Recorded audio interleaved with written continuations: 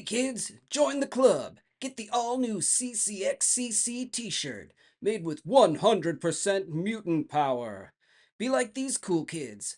Get it now on dinobeast.com and chrisandersoncomics.com. Hey everybody, welcome to the Claremont X-Men Comic Club. I'm joined as always with my good friend, John Coates. John, how you doing? I am doing terrific this evening. Awesome. We have a very special guest with us today, Arcade himself. Arcade, how you doing? I'm doing well. I'm ready to kill some X-Men. That's the plan tonight. Jamie Jones, man, it's really good to have you, man. We're in the midst of the what's it called? Murderville. What's it called? Murderworld. Yeah. Issues. And,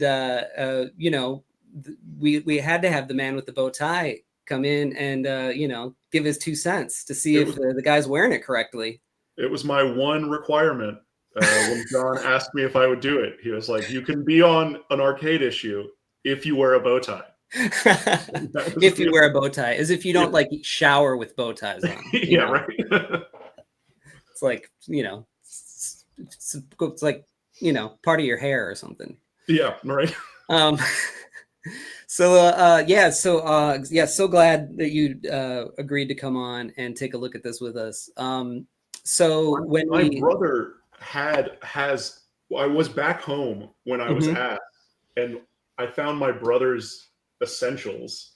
So I was like, I'm good for like a bunch of issues now. Oh yeah. I could actually find the issue. Yeah, it was great. Those things are beefy, and I like them because they're in black and white, Yeah. Yeah. Mm-hmm. Yeah. That's the best way to read comics, as far as I'm concerned. Most of them anyway.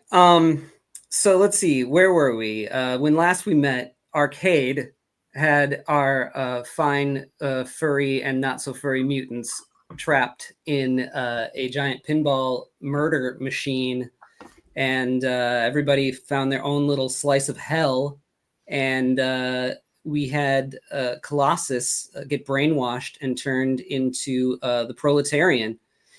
And he was kicking the living crap out of Cyclops and Wolverine. So let's see here. Who we got? This looks like a Cockrum cover. Yeah, this is a terrific Cockrum cover. Yeah, that's a pretty good one. I love when they have the dialogue on the covers. Nobody does that anymore, Mm-hmm. So good. Yeah. It seems like a I don't even know. Did they really do it even like in the 10 years prior to that? Like in the original like Marvel comics, did they have a lot of dialogue on those? I don't think so, did they? There would be, there would be like blurbs, but it wasn't as much like coming straight from characters, like balloon type stuff. Like this interesting time period where they kind of did that as if it's like a page of the story, but I kind of like it. Oh yeah, it works super well. Let's crack this puppy open. That's right. We'll see how they fare against the power mad proletarian. And so once again, here we go. Claremont and Byrne are co-creators here. Terry Austin on inks, Orzechowski on letters, Glynis Ween on colors. The dream team. And so since we are sort of smack in the middle of the Byrne run here, Jamie, we got to ask you: are you a Byrne victim? I love myself some Byrne. That's good. That's good. I was slow to come around. Interesting. There's a panel in this issue that I read, and I was like, God, that looks like Chris Anderson drew this. Really? Yeah. So when we get there, I will like I said, I've come around. I also think I've said almost in every single episode of this show that I think a lot of the strength comes from Austin in these things. and I still believe that. Yeah. Because when you lose Austin, it's just not as good. So let's see. So here we go. He only laughs when I hurt. And of course, we start off with there's our assassin Arcade, just having a good old time watching our X-Men all trapped in their various little murder rooms, all about to die. Jamie, let's see your bell bottoms and your lift shoes. Oh, those. If you think I'm wearing anything under this, under about this much, you'd be mistaken. That's fantastic. Good little information here. It's Arcade's being paid $1 million for each X-Man he kills. So I wonder, with inflation in 1979 money, what $1 million is today, Yeah. So he's Probably. got like 6 of them there, right? So Yeah. So it's like $6 million bucks. Probably doing pretty good.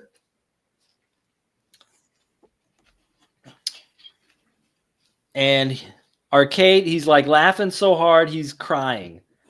Yeah. And then we get he has a brief little conversation with our 3 women here who were dates of the X-Men, various X-Men when they got kidnapped. So we get Colleen Wing, our sort of PI, and then our sort of 2 just other random humans that Colossus and Nightcrawler have kind of been sort of dating a little bit in a few of the various past issues. And he's kind of like, he's just kind of being a jerk to him. And then we get, instead of sort of the normal flashback of what happened to get the X-Men here, we get this great little flashback of Arcade's history, where he's a rich kid in Beverly Hills. His allowance gets cut off, and then so he murders his dad, and then goes around killing people, and then decides that's too boring, so he's going to build this murder amusement park with his family fortune. Yeah. Amazing. So before while his dad was alive, he was clearly like a gym rat, and really was like hitting those weights. When you see that flashback of him like lounging around the pool, he is ripped. And then all the rest of him, he's like this pipsqueak in these baggy clothes. Yeah, that's the standard sort of John Byrne like chest. Yeah. Physique. That's what everybody gets. Oh man. Yeah, that's really funny. This one flashback, it's like he's like his murder world is killing this guy who kind of looks like a butler, or maybe he's just a banker or something, and then, normal people, it was too boring to kill. And then he gets offered these guys come in and want him to kill Captain Britain and Spider-Man. Yeah. And so that takes us to the little note here, Marvel Team Up 65-66, which is Arcade's first appearance, is him trying to kill those guys, which is also a Claremont issue. Right. And we didn't go over it because it's not a Claremont and X-Men issue. So we have standards. That is right. And then it gets us back to our Juggernaut and Black Tom hiring him to kill the X-Men. And there we go. And that brings us right up to speed there. Nice, real quick. Now we know everything we need to know about Arcade. The rounded panels. Yeah, for the flashback. Super solid.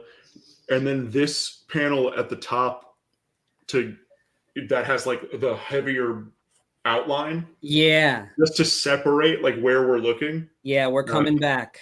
Yep. Because I read these in black and white. It was really, really helpful. Like it just really solidified. It was really obvious that was the choice. Does the black and white have the screen tone too? Yeah, it does. Okay, cool. That's good, because there's some really good instances of screen tone use in this issue. Yeah. And like this Arcade face is a really interesting one that just really makes him look sinister. Mm-hmm. Which is kind of hard to do sometimes. Yeah, the backlight, Uh-huh. red and yellow is choice. Yeah, it is. Yeah. And so here we go. Now the X-Men, right as the last issue ended, we had Wolverine and Cyclops facing off against Colossus, who's been brainwashed to be the proletarian hero of the Soviet Union. And he's going to kill him. And so that's where we pick up here. Wolverine's going nuts, saying he's betrayed him. And then Colossus, of course, just like picks him up and just tosses him. And we get this conundrum that always comes up in, I guess, X-Men conversation, where Wolverine says, I wonder if my adamantium claws could cut your steel hide. And then that's the eternal debate, really. Yeah, I mean, didn't they establish later that like it can cut through basically anything? Yeah, I mean they do some wonky stuff later with Wolverine. As long as his heart is in it. Yeah, like if he has one cell of his left alive, he can regrow his entire body or whatever. Yeah. Whatever that nonsense is. And so he tosses him here. And so there goes Wolverine, just getting chucked out of the fight, which happens quite often in the early issues.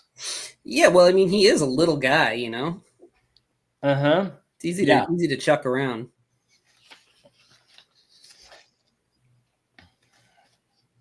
They really make Colossus super cool in this issue.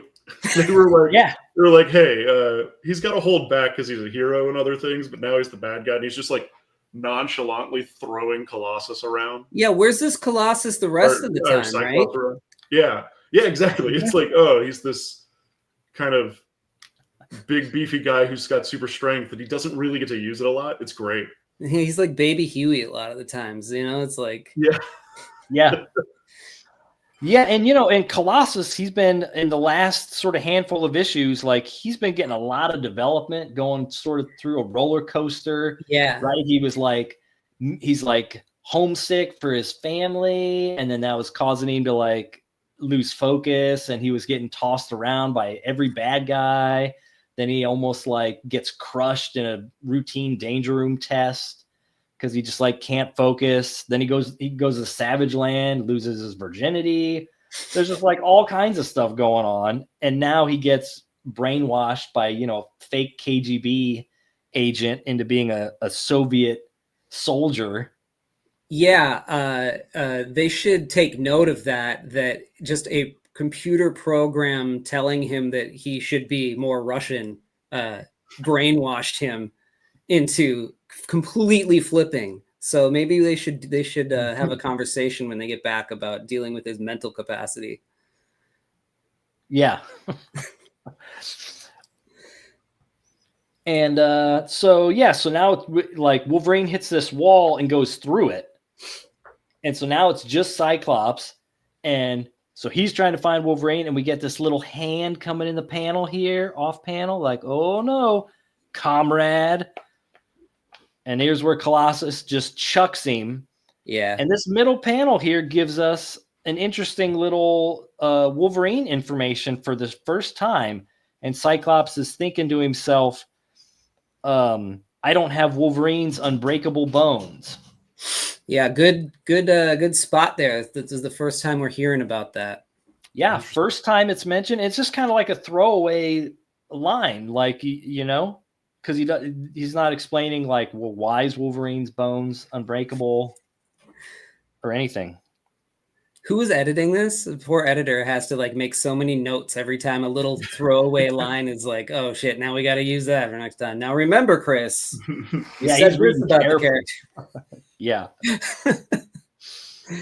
It's Roger Stern. Oh wow, okay. But Cyclops, he goes through a wall too. So now Colossus is alone, and his brainwashing is like kind of failing him. And he's like, I have failed. Cyclops and Wolverine both still live. I am glad. But what am I saying? They're enemies of the state. And then here comes our little little flashback to our KGB guy in the little brainwash room, and it sort of sets in hard, and so now he's back to hunt him down. Yeah, I like the little Colossus drawing of him marching away. That's a pretty great angle. And the one with his hand on his head too is a pretty great expression. I like that panel a lot too. Yeah. And so now we check in with our Mr. Arcade here. And so he's like, oh, poor sap. And now he's going to look in on the next X-Man, which is, of course, Storm. And she's still trapped in this weird room that's sort of like counteracting her weather powers. Everything she tries to do, she gets shoved around by different wind and stuff. And now she's getting trapped underwater. And she's going to drown in this room here. There is so much cross-hatching on that one where she is fully underwater. It gets real tight on that one. It's hard to see on the film. Right here. Yeah, but he starts out with just like not even hatching at the top. It's just these lines, these all going the same diagonal direction. And then as he goes, he builds it. And man, like, you know, it had to take him a full day to ink each of these things. I would go insane, especially having to use a ruler all the time for the tech and stuff. I don't know about you, Jamie, but Oh, I don't use a ruler. no, I don't at all. That's not in my. No, when you go crazy, like I don't even know how you keep the lines that consistent, because there's just that little tiny bit of, when you're using a ruler, it doesn't always go exactly where you want it to go either, you know? And I think the water effect, looking at it in black and white might, it's very obvious that it's like little dashes. Yeah, no, he didn't use a ruler for that, but like the tech at the top and stuff like that. Oh yeah, but Terry Austin might be able to just throw some lines, and he might be doing some things. I mean, I guess it is bigger. Like it's also, who knows? Mm-hmm. Yeah, I wonder what the pencils looked like on that, because I feel like when we see the other pages where it's just Byrne, it's not that tight. And then we had an issue where Byrne did the layouts and Austin did the finishes, and it's not that tight. It's only when they come together and combine like Voltron that it gets that tight. It's interesting. That's wild. Yeah. Mm-hmm. He does a lot of hatching shading too. I've noticed a lot, like just in the background behind Arcade in his chair. It's like the heavy blacks, but it fades into thinner lines. Right. Yeah. And he's doing that a lot. In the faces too, like where cheekbones come, it's not just one solid line, it's a broken up line. It is, yeah. Given that gray, the grays in just the black and white. I find that really interesting. When you're talking about you're talking about the panel on the top there and you're saying behind him, you mean where in the chair, so like his like red chair. Oh, in the chair, right. It's like this heavy black line, but it fades into, like, it looks gray on the page, but it's just tiny dashes. Right. Yeah. So it's like he laid down a brush and then went in like blob, and then went in with a nib and made a like a gray tone with hatching. Yeah. He's doing that all over the place. Yeah. That's what's like even in Storm's cape, like where the white is, I guess it's not really white, or I guess it is in the middle panel right there. Yeah. Mm-hmm. It's like the same thickness, so it's either a pen or a nib or something. Yeah. That's getting him that, but it's a wild. It's just a good technique. It is. He's really good at finding that balance with the brush and the nib, you know? Yeah. He's clearly spotting blacks first, and then carving out, which is something only know because I've done it a couple times and I'm like, oh, that's the way I should do it. Yeah. It's never the way I end up doing it. But it looks so much better when you do it that way. Yeah. Yep. He does that really fine. It's like really fine little feathering for shadow under Storm's nose. Yeah. In this bottom panel. Yeah. You know, where it definitely just looks like a gray, some other kind of like gray tone on there, and it's him doing little line work. Yeah.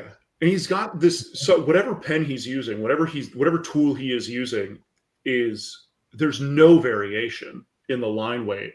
So it's like you're getting this line under her nose, and then it's the exact same length and width in her cheekbone too. Yeah. So it's just like a continuation of the shadow.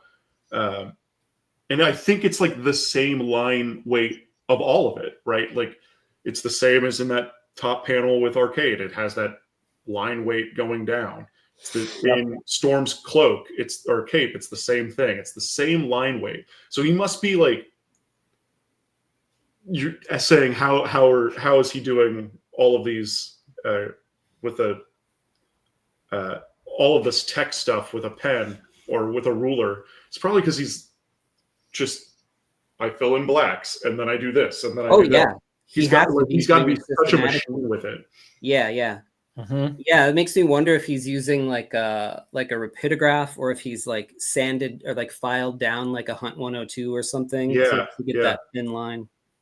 Yeah, it's super thin and super dead. And yeah, it's good. It's a good line.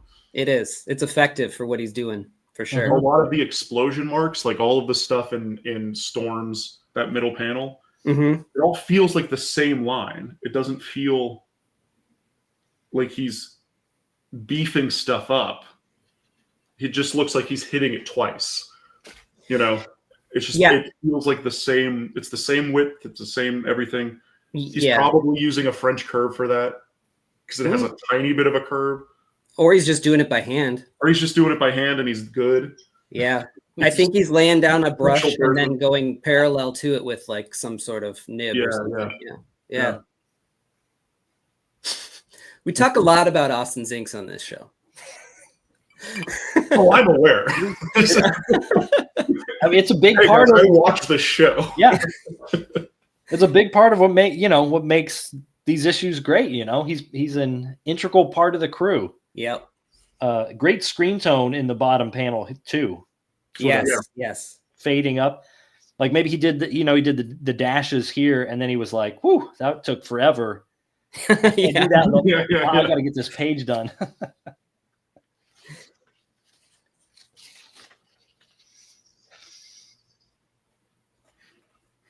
So we flip and go elsewhere to see what's going on with Cyclops. So when he went through the wall, now it took him to the room where Nightcrawler was getting cut up by these like bumper cars with spinning saw blades. Yeah. What do they call them again? They call them they don't call them bumper Dodgems. Cars. Yeah, Dodgems. Dodgem cars. It's a much better name. That's so cool. So we were wondering if that's like what they call them in like England or something, you know, since Byrne and Claremont were both born in England, you know? Yeah. Cyclops smashes the one, gets to Nightcrawler. Luckily, he's still alive. But then all of a sudden, now we get more Dodgems coming with the blades. And then now we're going to jump instantly over to see where Wolverine landed when he went through his wall. And that gets him over here to Banshee in this sort of sci-fi room here called Battle Star Wars 1999. I love it. That'd be a great title for some bootleg B sci-fi movie, you know? Yeah, he's even drawn like Star Wars ships. And Banshee fills him in. Some are holograms, but some are real ships firing real lasers. And he can't tell what's what because his sonic scream doesn't work. And right here we get what's going to be not the first time in this issue where one of the X-Men is starting to put a little more thought into how injured Banshee is. Yeah. And it's kind of sad because it's kind of going to be, this could be taking us to where we're going to maybe lose another member of the team. You know, we'll see if that happens or not. Oh my God. I hope not. I hope not. But yeah, Wolverine's thinking, cripes, we all knew Banshee was hurting, but I didn't figure the damage was this serious. This just means I'm going to have to draw another official X-Men Comic Club shirt. New lineup. Mm-hmm. And so Wolverine, so now he's keying us in once again to his sort of senses, his animal senses that he doesn't just see with his eyes. So he can tell by scent where a wall is and what's real and what isn't real. And so he finds sort of the edge of the room and he can cut them free here. Wonder if this is where they got the idea for the Truman Show. Most likely. Most likely. You know that scene where Jim Carrey sniffs the air and finds the wall to get out? Mm-hmm. They probably had this issue sitting around the writer's room. They're probably like, on set. They're like, do it like this. Whoa, check this out. And they're going to cut their way free, but the Hulk and Magneto. Dude, this is a star-studded issue. It's so good. I also love the reasoning behind. Yeah. They're like, Arcade's like, yeah, they've already tried that. When Spider-Man was here, we this is how he escaped. Brilliant. Yeah. Because if you were a kid and you read that Spider-Man issue, and then you're like, oh yeah, they're gonna get out. That's how they did it back in Spider-Man. It's like, no, it's brilliant. Yeah. It's such good world building, such good storytelling. Mm-hmm. And then you just get the Hulk. You get to draw the Hulk for no reason. Yeah, for no reason whatsoever. We just haven't seen him yet. Great looking Hulk too. It is. On the side, you know, the giant forearm, giant hands. Yeah. Yeah, and that, you know, that Jamie, you bring up sort of that interconnected, you know, the world building that they're always doing at this time and dropping in the little hints on the bottom panels of check out this issue. But we also, you know, we got to remember this is also still when like you don't have like a comic shops to go dig in a bin somewhere. So you're like, check out this issue. And you're like, well, how? Yeah. I got to find a spinner rack somewhere. I got to find a guy with a garage of books or something, you know?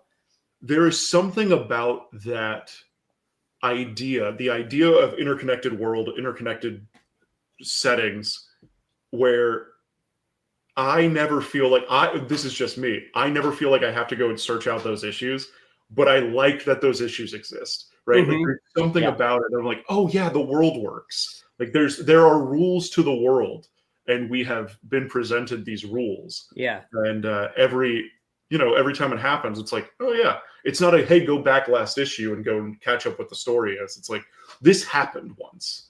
Yeah. And here it is. I love that stuff. Yeah. This works. I try to do that in my comics where I'll just like, hey, remember that one time in Beirut we did this thing? And everyone's like, oh yeah. And then they do like the Beirut routine. Right. I put that kind of stuff in all the time because it's like, why not?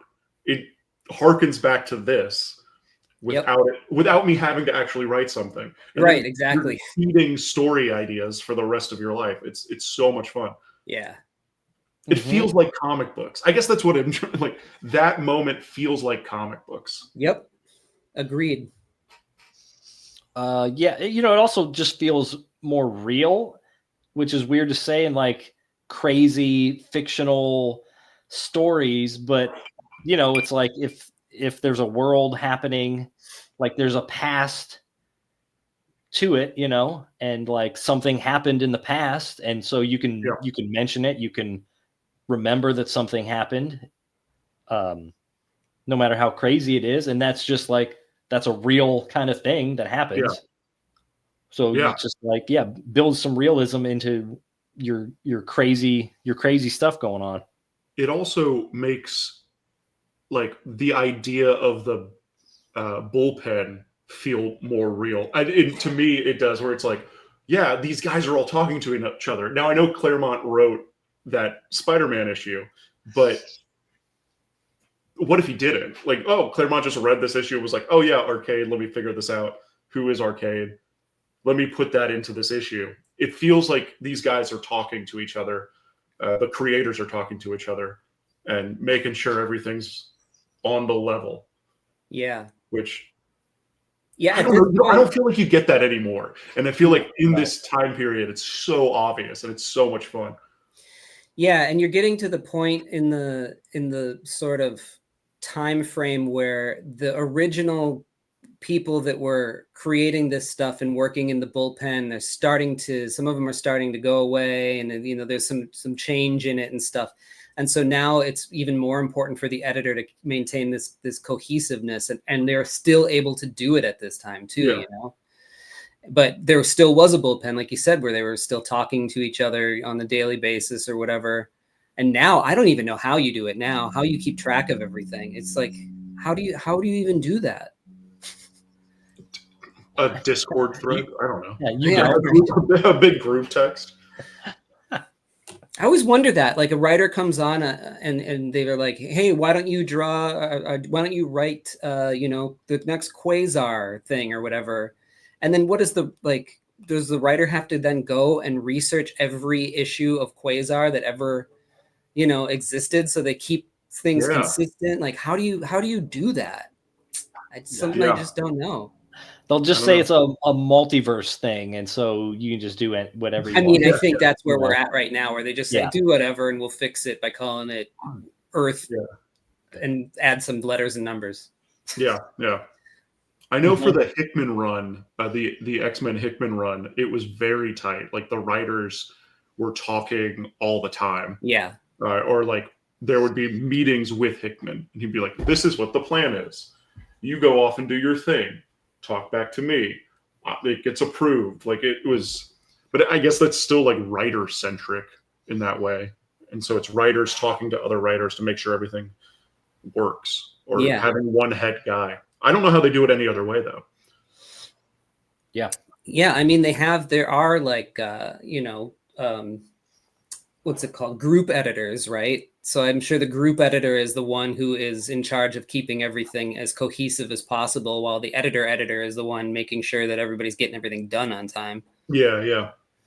So it's probably the group editor's job to keep all that stuff in their head and maintain some sort of database. I don't know. It's something to look into. I mean, we all know people who are doing these books for the big two and can probably answer these questions for us. We should find that out. Mm-hmm. Yeah. And so back in our story here, now we're going to cut back to Storm in her what could become her watery grave. Oh no.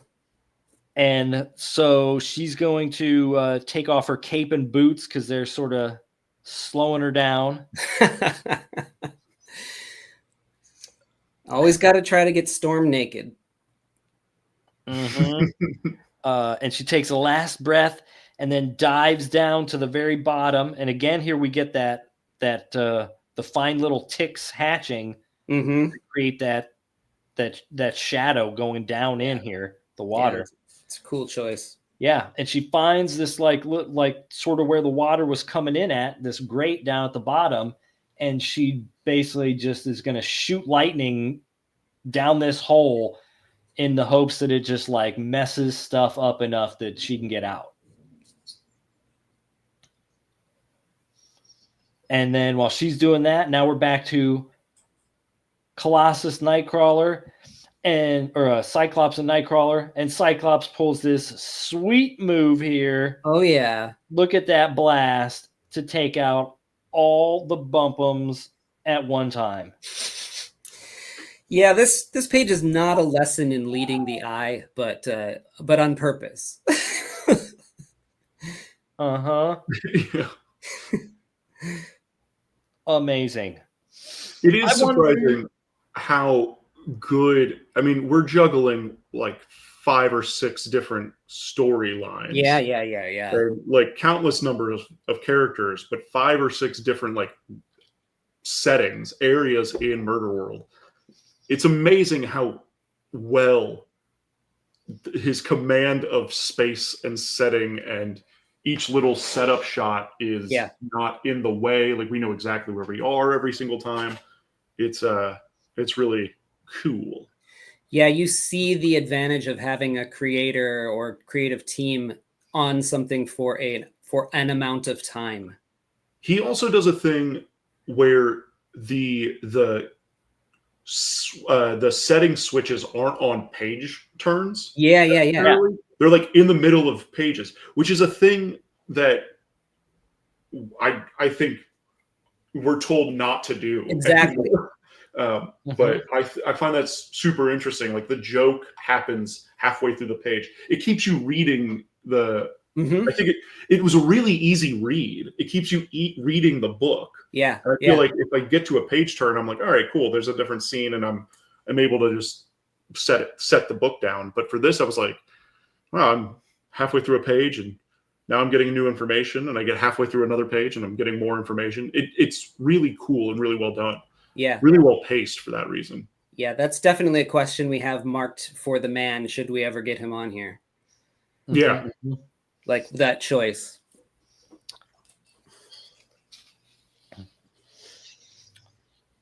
Nightcrawler, it's almost like a little off-model Nightcrawler with these little pupils. Yeah. On his eyes, it like looks weird. It does look weird. How'd that get by? Yeah, I don't know.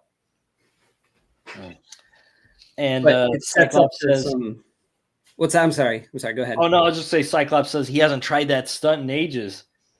Yeah. You know, the old skills haven't atrophied. Well, you know, and you're on in arcades world, you're may as well play a little arcade game yourself, you know. Coming up here, we're gonna get some really good little Nightcrawler things. Yes, look at these Nightcrawler shots, man. And all this, man, anytime he's showing these exposed tunnels and stuff, like, look at all that tech work. So crazy. He's dropping in here. Like, you know, you're in some sci-fi business going on. That is some draftsmanship, man. That is some... Yeah, no shortcuts, man.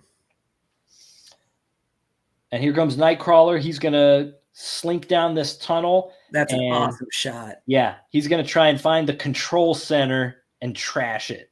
Look how you just get the lights of his eyes, his butt, and then this fade on his hands. Yeah, that faded screen tone. We've seen it like a couple of times with Nightcrawler. And it always looks really cool. He's the coolest looking character when they do that. And here's Arcade's, his sort of 2 henchmen. We got our guy who's kind of like the maintenance guy or whatever, who helped kidnap the X-Men, and then we get Miss Locke. And Arcade sort of mentions like he hopes that she killed like the ladies. So that they were like out of their hair. I don't know this, and maybe spoilers if it is. Is Miss Locke Psylocke? No. Okay, great. They just like the name. It crossed my mind too, but I did know that that's not her name. Right. I did not. I was like, oh, that'd be cool. Yeah, that would be cool. She's like Captain Britain's sister, right, or something? Yeah, Psylocke is. Yeah. Interesting. And we see our Arcade's face here. He is not having a good time anymore. He's kind of PO'd. The X-Men are starting to get out of his traps. And now he's getting all serious. And Cyclops, he's searching through this other tunnel. And he hears some fighting going on. So he just unloads a blast and just rips a hole through this wall here. And that leads him to, here we get Banshee and Wolverine.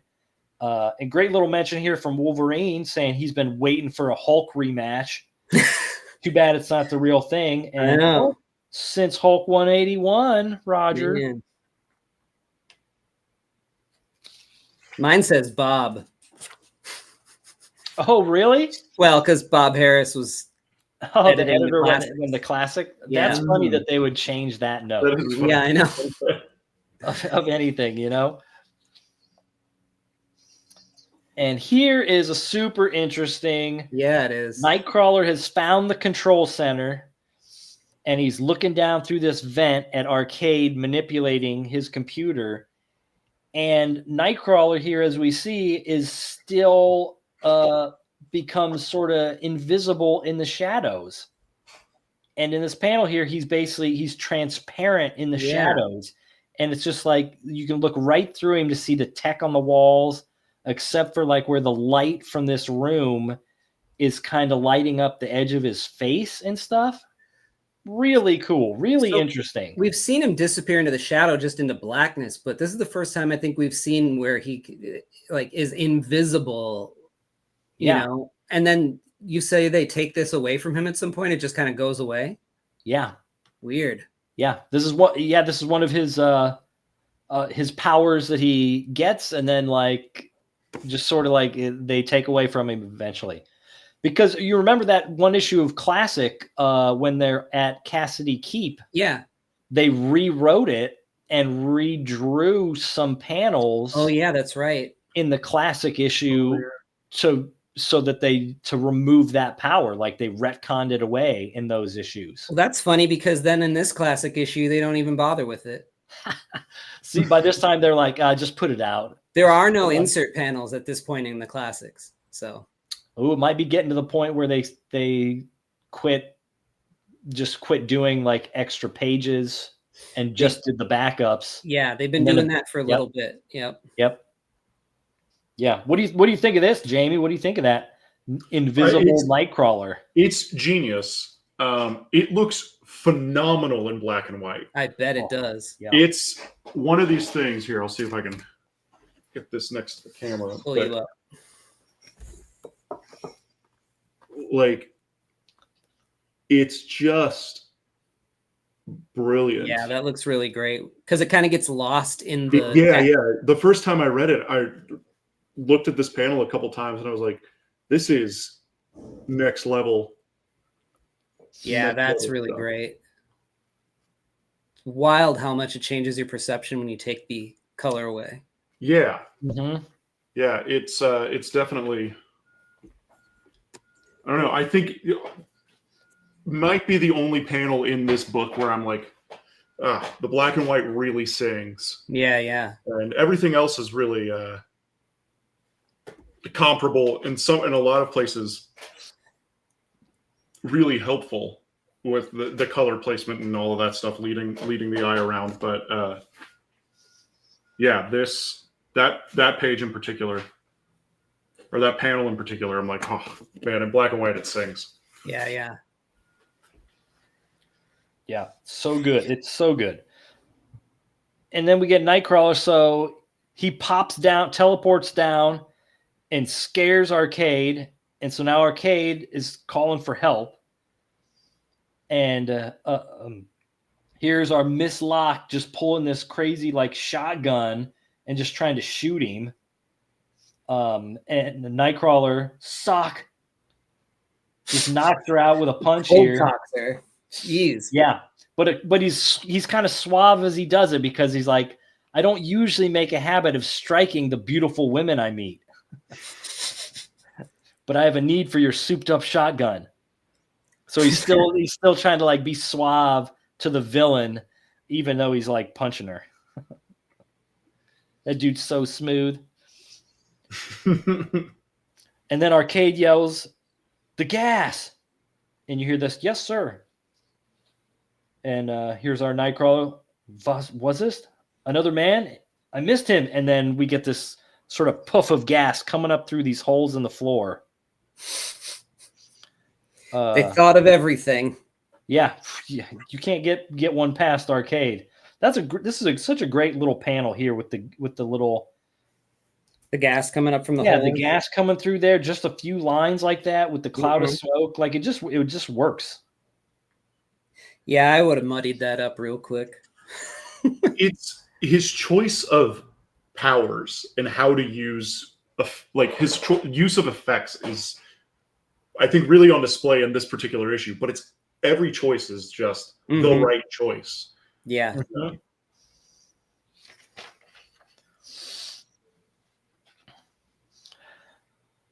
And what's happened to Nightcrawler? We don't know because we're changing scenes again. And here we get back to our other X-Men, and there goes the Magneto robot, gets scragged there. And here's our other point where Banshee is saying, "I, Cyclops, for better or worse, I'll live."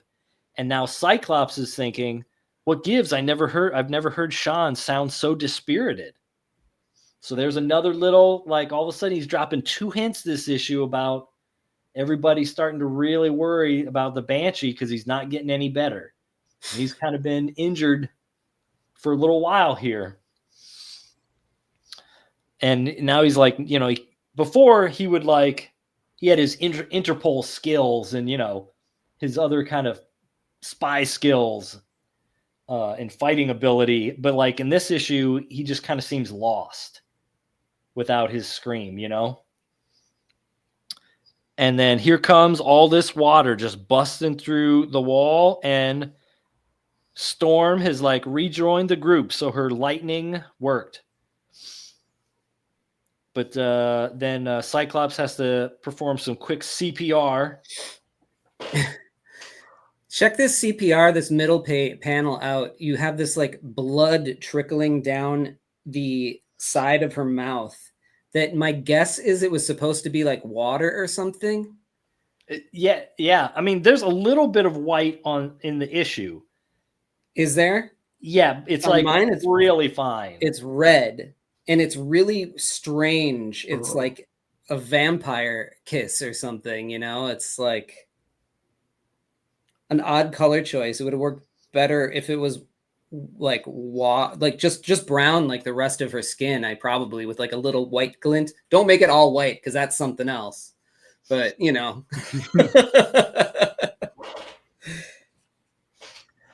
Wow, that's interesting. I wonder if they recolored it in your classic version. Oh, they always recolor it. Yeah. Yeah, and they just went they went for like the blood. Yeah, I mean, actually, most of this is colored exactly the same as yours, but yeah, they went full blood on this one.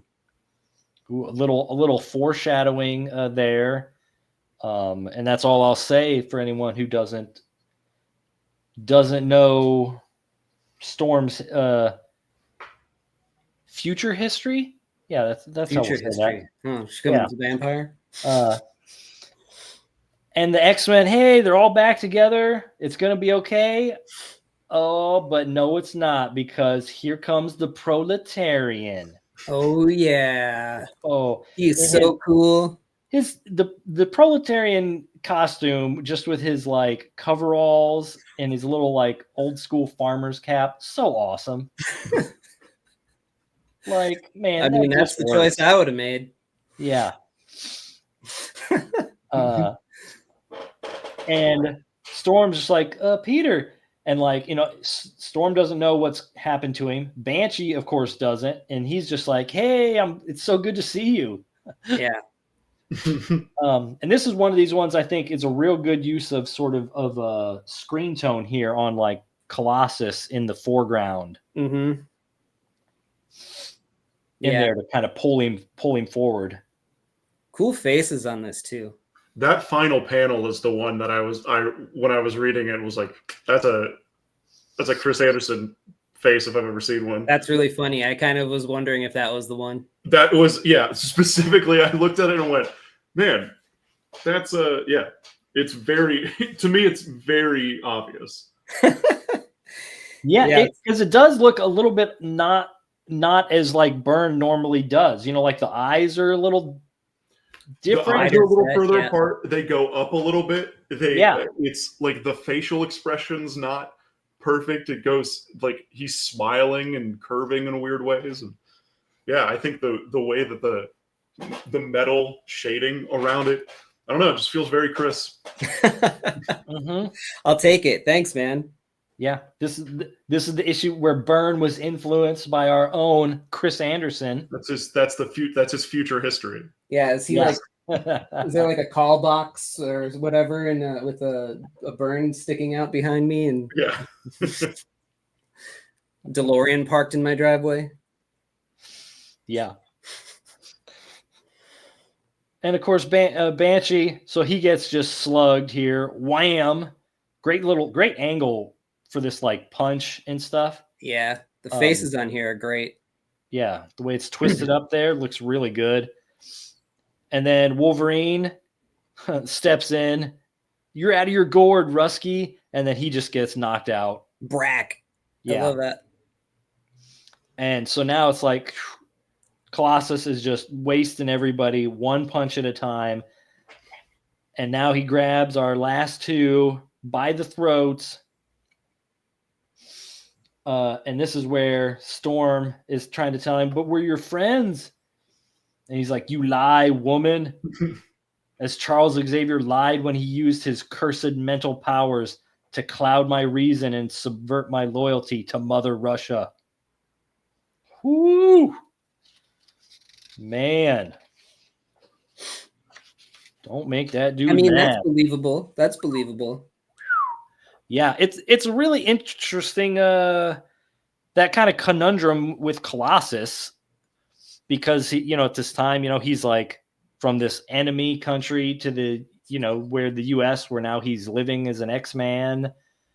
And, if he's supposed to be loyal to his home country where his family is he supposed to be loyal to the professor and his team, Yeah, especially back then during the time that this was being made. It's like now if you made a character that was from, like Russia. It'd be shocking. What? Wow. Wait a minute. It's so crazy. Yeah. But, like Wolverine kind of has a similar thing that we saw with when Alpha Flight shows up to get him, but it doesn't take like this kind of serious tone, it seems. Yeah. Like this darkness. And Storm is going to be the one to get through to him, because she starts telling him about, growing up alone with no family, but she joined the X-Men and that all changed and they all became family together. And then Cyclops chimes in and he's like, yeah, we are a family. And then she calls Colossus, little brother. Yeah. And that's what like finally sort of breaks the brainwashing. And he's like, me, like a brother? And like all of a sudden, like this panel in the bottom left here is his like expression as he snaps out of it is so good. The little like blasts out of the side of his ears. It's so young too. You've seen him be this aggressive, eyebrows arched kind of villain this entire issue, and then you get this really innocent expression in the middle of it. I think is really special and really just a great choice, but also just a wild. The way he's able to draw it is really cool. Yeah, that's how the shadows are falling, so he looks younger. He doesn't look as dangerous. The chin isn't as defined. Mm-hmm. It's great. Yeah, that's Academy Award winning acting right there. Yeah. It also puts kind of the final nail in the coffin of any Storm Cyclops love interest that might have been brewing. Yeah, Storm and Colossus, R.I.P. R.I.P. What could have been. Now you're siblings. So now you're in brother. You're not even in friend territory. You're in brother territory. It is off the books now, man. The way he does look like a kid in this last panel. Yeah. And really, other than maybe Nightcrawler, who we aren't completely sure of like age-wise, but Colossus is the youngest member of the team. Yeah. Like he's years younger than the rest of them. Yeah, and he's like 40.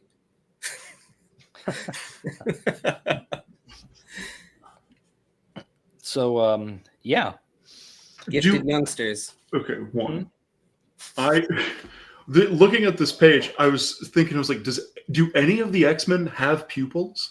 And Banshee's the only one who has pupils. Is that a true thing? Yeah, unless he does a lot with no pupils. Well, Storm has pupils sometimes.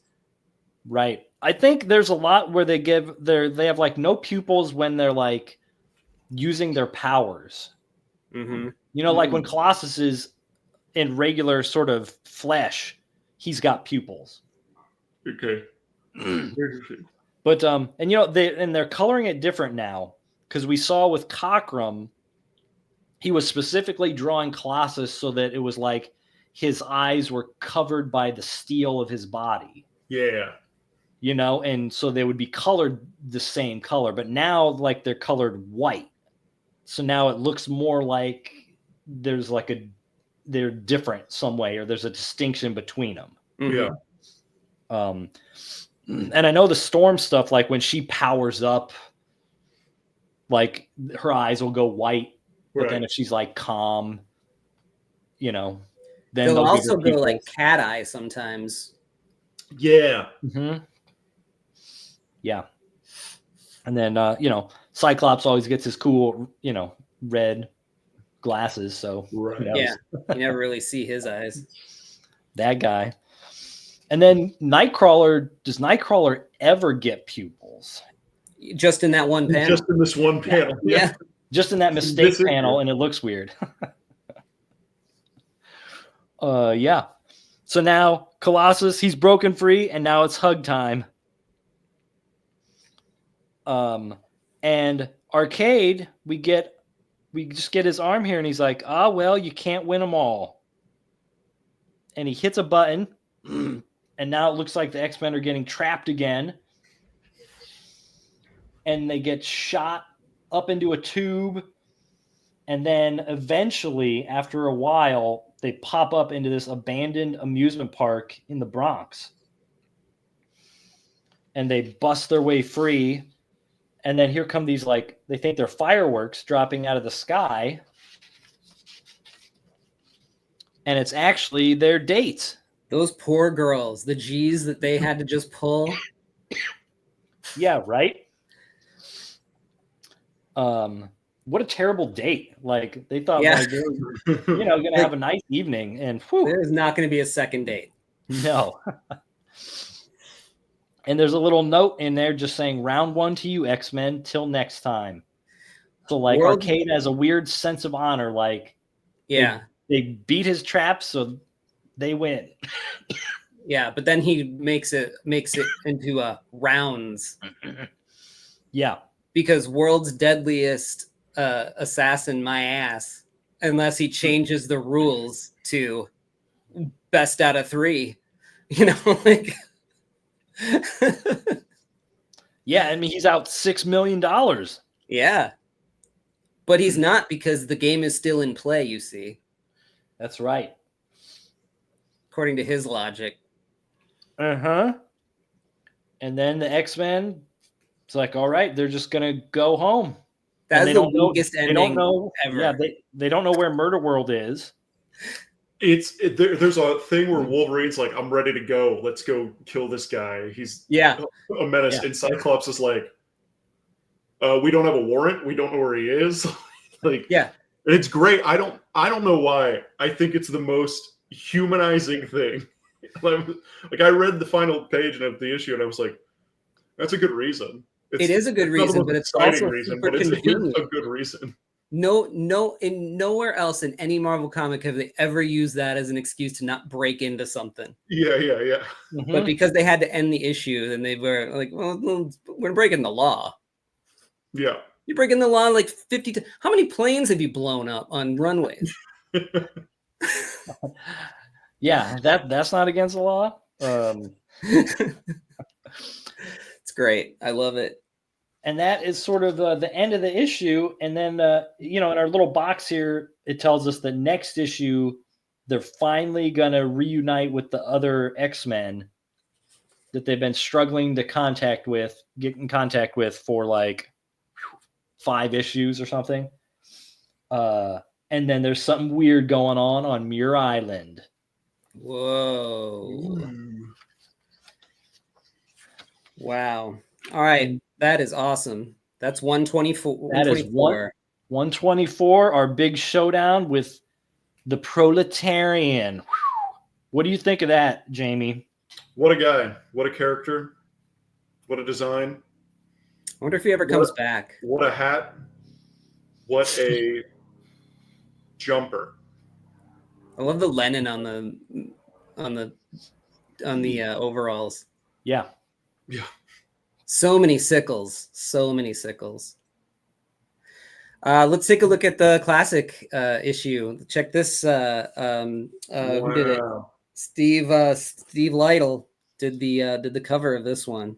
Ooh, I like Lytle's work. I like it a lot. Mm-hmm.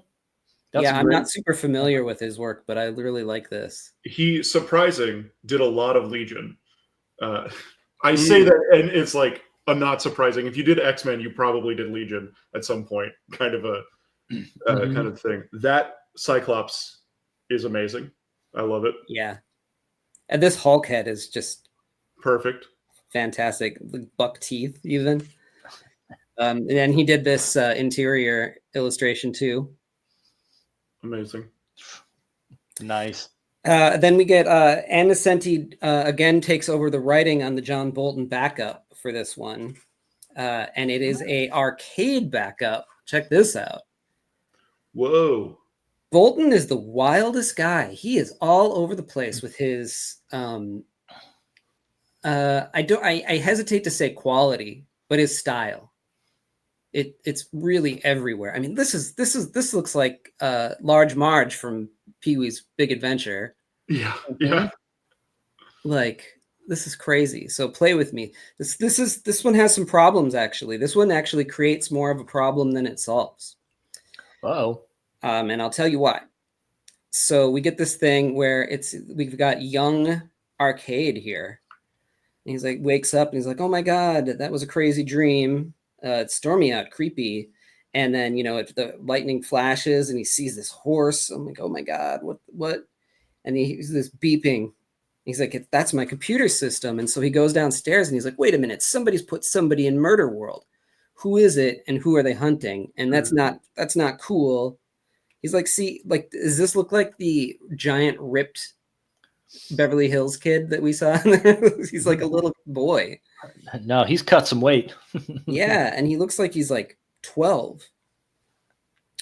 So, what he's in his jammies, which have like poison on them and an axe and a machine gun in his onesie. But he's got to go and see because somebody is using Murder World right now to try to kill somebody, and he didn't program it, so he's got to figure it out. So of course he has to get full on dressed in his in his arcade uniform. That's Jamie, I do, yeah. As a guy who had to put on a bow tie to do this thing, I definitely understand. So as he goes down, there's these like crazy like axe robots and machine gun robots. I mean, not machine gun. What am I trying to say? Chainsaw? Yeah, that's the word. Which these are really cool. They look like Baz Wolverton or something could have like designed them, right? Yeah, these are wild. Those are cool. Yeah. So he takes him out and he's like, "Oh, I see some familiar shadows." And this thing comes by. And these cartoon characters, these stuffed animals, are like, "Hey, that's the brat who used to twist off my head. And this was the one who pulled half the stuffing out." This little Snoopy is like, "Yeah, I used to have a tail till he yanked it off." And so they start shooting at him at this sitting duck shooting range. And so he's like, "Oh, well, at least I know who the target is. It's me." And so he walks into this room, like the other X-Men had, where he sees a young version of himself, and he's so happy to see this sweet clown, and his younger self is so sweet, and he honks it, and he's like, he pulls the nose off, and he's like, "You mean little brat, So he goes to like beat his former self. And like this flashback for him comes in, and this robo dad comes in and basically is starting to tell him that he's no good. And in the flashback, he like bashes the dad's head in with this train. And he's like, Daddy's dead.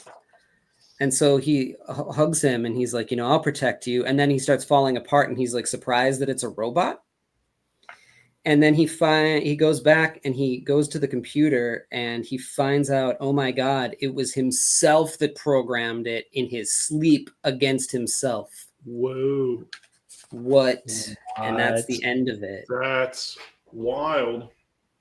But I guess the problem that I thought that there was isn't as much of a problem now that I'm looking at it again, because I kind of thought that these were flashbacks that he was having, because that's how they handle it a lot of times in here. But it is just a robot room, because I was like, didn't he kill his dad when he was in his 20s?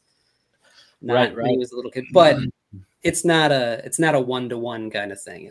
That's what happened to the robot dad in the room. So yeah, that's a weird backup, huh? That's a wild backup. These backups go hard. They go way harder than the book. Yeah. I've read a bunch of the backups.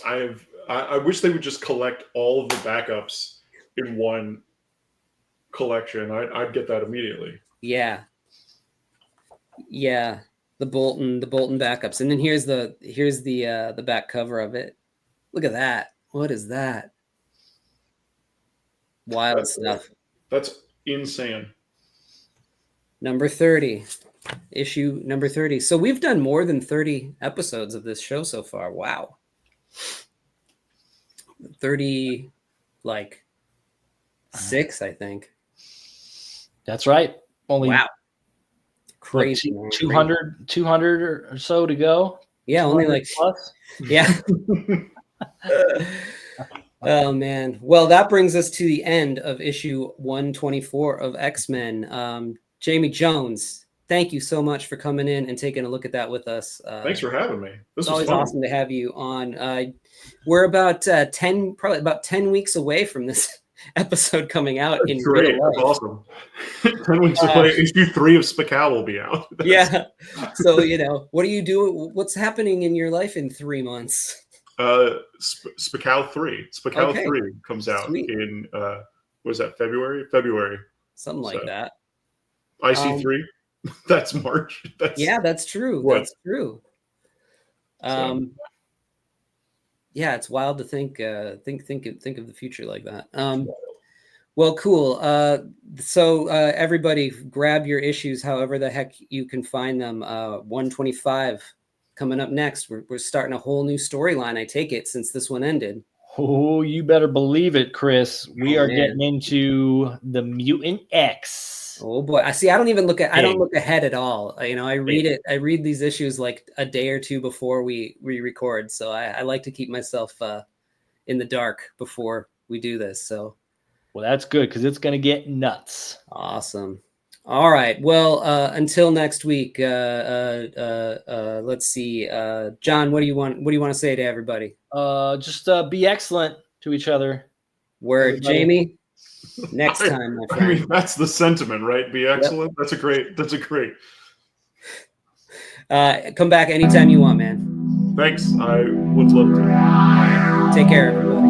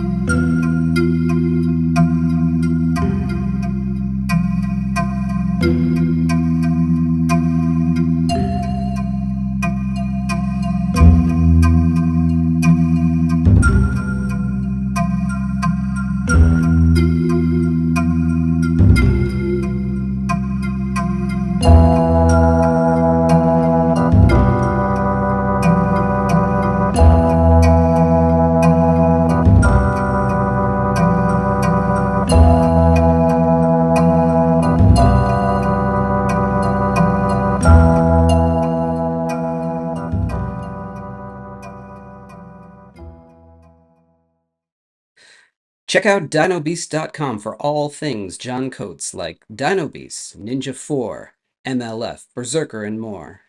ChrisAndersonComics.com is where it's at for books like Chaotic Neutral, Spectral, A Showcase of Fear, Lost Angels, and more, plus apparel and original art. Also, a link to Patreon where you can read Three-Headed Pigman now. Don't forget to like, subscribe, and hit the bell icon. We'll see you next time on the Chris Claremont X-Men Comic Club.